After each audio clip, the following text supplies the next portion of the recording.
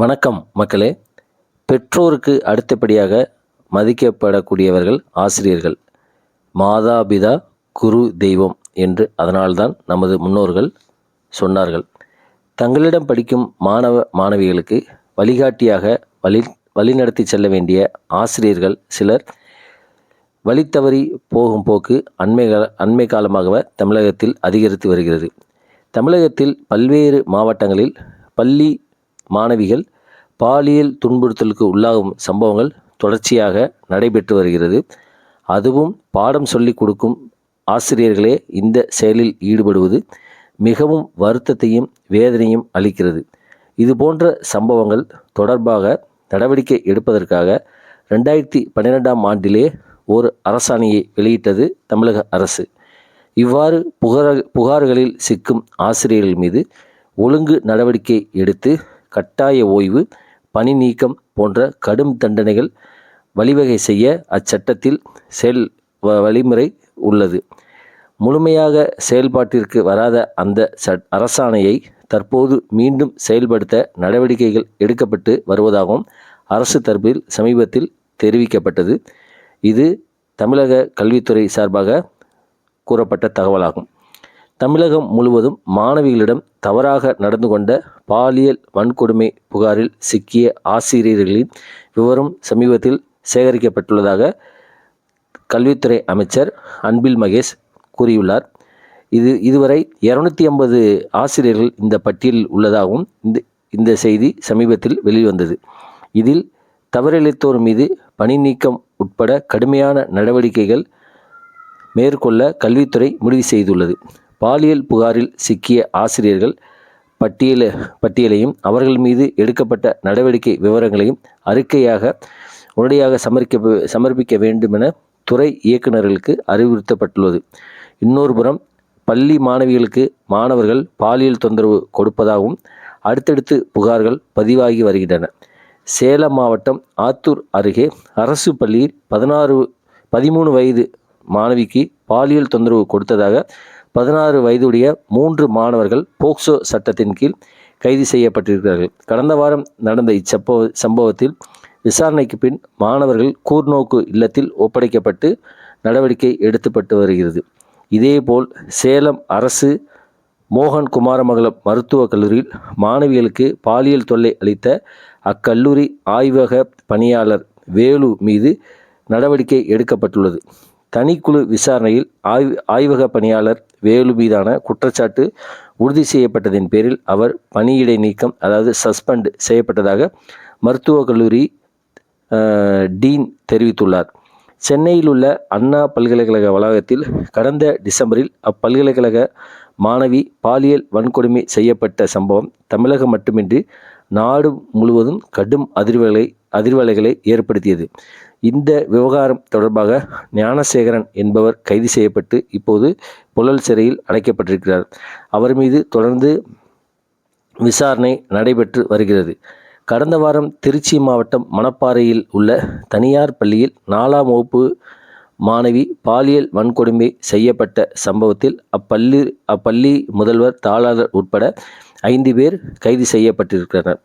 ஆரம்பத்தில் காவல்துறை இவர்கள் மீது நடவடிக்கை எடுக்க தயங்கிய நேரத்தில் பாதிக்கப்பட்ட மாணவியின் உறவினர்கள் அந்த பள்ளியில் புகுந்து பொருட்களை சூறையாடிய பின்பு இந்த கைது நடவடிக்கை எடுக்கப்பட்டது. இந்த விவகாரத்தில் அரசு பள்ளி என்றால் அரசாங்கம் முதல் காவல்துறையினர் வரை உடனடியாக நடவடிக்கை எடுக்கிறார்கள். ஆனால் அதே நேரத்தில் தனியார் பள்ளி என்றால் இந்த மாதிரி நடவடிக்கை எடுப்பதில்லை. இதற்கு ஒரு சிறந்த உதாரணம் பாண்டிச்சேரியில் நேற்று இதேபோல் ஒரு தனியார் பள்ளியில் 4 வயது பள்ளியில் படிக்கும் குழந்தைக்கு அந்த பள்ளியைச் சேர்ந்த ஆசிரியரே பாலியல் தொல்லை கடந்த 3 மாதமாக கொடுத்துள்ளார்.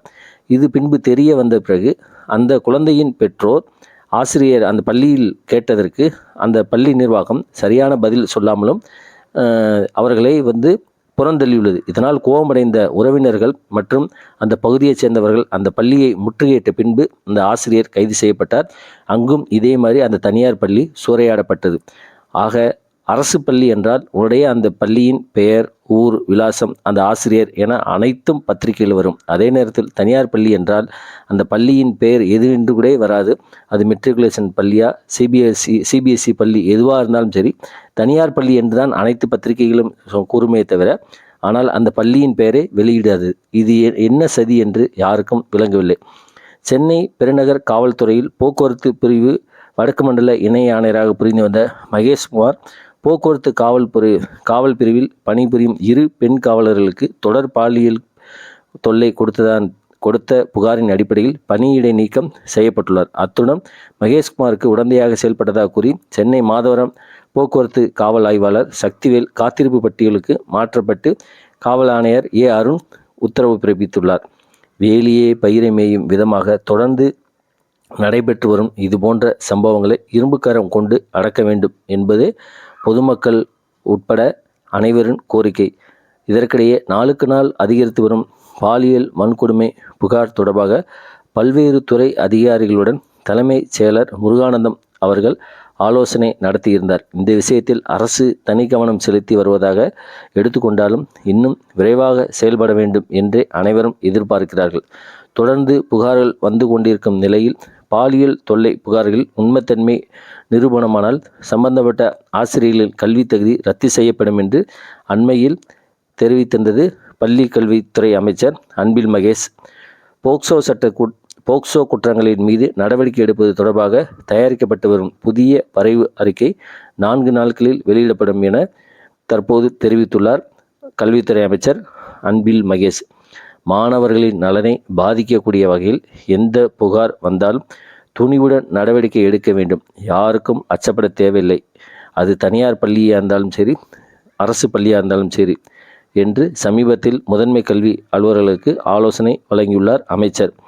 ஆசிரியர்கள் உள்ளிட்டோர் மீதான பாலியல் வன்கொடுமை விவகாரங்களில் தொடர் ஆலோசனை அறிக்கை என்ற அளவில் நின்றுவிடாமல் அரசு பணியாளர் தொடர்பான தற்போதைய விதிகள் உடனடியாக திருத்தம் கொண்டு வர வேண்டும். சட்ட நடைமுறைகளை விரைவுபடுத்த வேண்டும். தாமதமின்றி நீதி வழங்குவதுதான் குற்றம் செய்ய துணிவோருக்கு கடும் எச்சரிக்கையாக அமையும். அத்துடன் பாலியல் தொல்லை அதிகரித்து வருவதற்கு காரணிகளை ஆராய்ந்து அறிவதுடன் பாலியல் தொடர்பான விழிப்புணர்வு நடவடிக்கைகளை மேற்கொள்வது அவசரமும் கூட.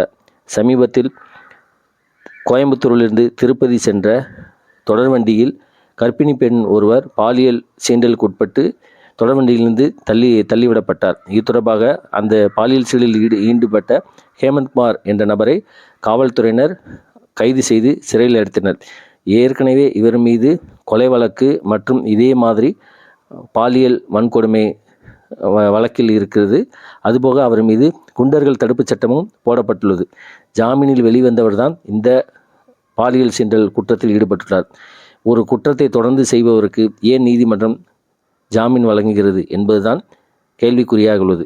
இந்த நிகழ்வு நடந்த மறுநாளே திருநெல்வேலி பக்கத்தில் இதே மாதிரி தொடர்வண்டியில் மற்றொரு பெண்ணுக்கு இதே மாதிரி வேறொருவர் பாலியல் சீண்டலில் தொந்தரவுகளை கொடுத்துள்ளார். இது எதை காட்டுகிறது என்றால், நாட்டில் குற்றத்துக்கான தண்டனைகள் யாரும் கொடுப்பதில்லை என்பதுதான். நீதிமன்றங்கள் விரைவாக செயல்பட்டு